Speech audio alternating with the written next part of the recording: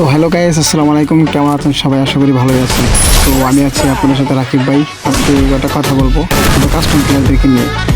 ভাই মানে কয়েকটা প্লেয়ার আছে যে কাস্টমের কোনো মানে বোঝে না, তো ওরা শুধু কাস্টম কিন্তু করে, ঠিক আছে। মানে কাস্টম হচ্ছে ওর কাছে একটা মানে আর কি, মানে শুধু কাস্টম খেলা ভাই গেমে ঢুকতে পারে না, ইনভাইট দিয়ে বলে যে ভাই কাস্টম খেলবেন, আসেন চ্যালেঞ্জে কাস্টম খেলি।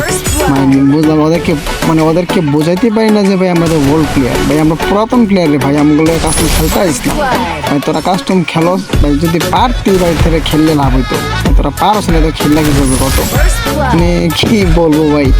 তো একটা ছেলে কাস্টম চ্যালেঞ্জ দিয়েছিল, হঠাৎ করে ভাই গেমে গেছি, হঠাৎ করে কাস্টম চ্যালেঞ্জ দিয়েছে, বলতেছে ভাই চ্যালেঞ্জটা কাস্টম খেলে আপনি জিততে পারলে বাকিটা বলে লাভ নেই, ঠিক আছে।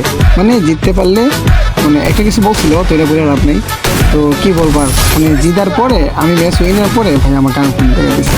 তো ভাই তুই ম্যাচ খেলবি, ধরুন ম্যাচ খেলবি ঠিক আছে, আনফিল করা কি দরকার ছিল? বলে দিতি যে ভাই আমার নেট নাই, তখন তো একটা সমস্যা আছে যে ভাই নেট নাই, মানে ম্যাচ জিতলে নেট নাই, এই নেই সেই নেই, ভাই রে ভাই বুঝলাম না আর কি বলবো।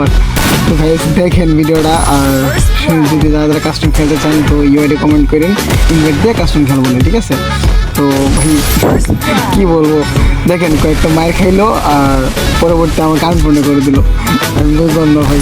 ঠিক আছে, দেখেন আর এনজয় করেন।